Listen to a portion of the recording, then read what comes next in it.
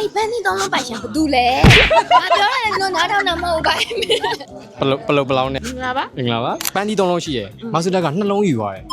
မဆူတက်မှာပန်းဒီဘယ်နှလုံးရှိမှာ ငါစီမှာ3လုံးရှိအောင်ငါဘာလို့နှလုံးပြန်ယူရ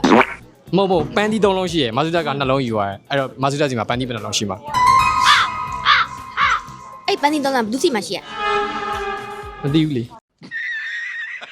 မဟုတ်လေရှိရလူပေါ်မှာမူတည်ရကွာတိလား ပန်းဒီ3လုံးရှိတယ် မဟုတ်အဲ့ဘန်ဒီတော့လုံးရှိရလူကဘာတူလဲငါဘလူးစီရယူမှာအဲ့ဒါရေးကြည့်ရဘယ်ကောင်တစ်ခုက โอเค စက်ချက်ပြောက်နော် ပန်းဒီ3လုံးရှိရမဆူတက်က2လုံးယူလိုက်တယ် အဲ့ဘန်ဒီတော့လုံးပိုင်ရှင်ဘာတူလဲ အေးငါစားလို့မရဘူးသူငါစားလို့ ဘန်ဒီတော့လုံးပိုင်ရှင်တီးမရမယ် မဆူတက်က2လုံးယူလိုက်တာအဲ့တော့လက်ထဲမှာဘယ်နှလုံးရှိမှာ မဟုတ်ဘဒုစီရယူရလဲသိချင်တယ် ငါပြောရတယ်လည်းနားထောင်တာမဟုတ် လော ငါပြောတယ်နော်နားထောင်တော့မဟုတ်ပါဘူး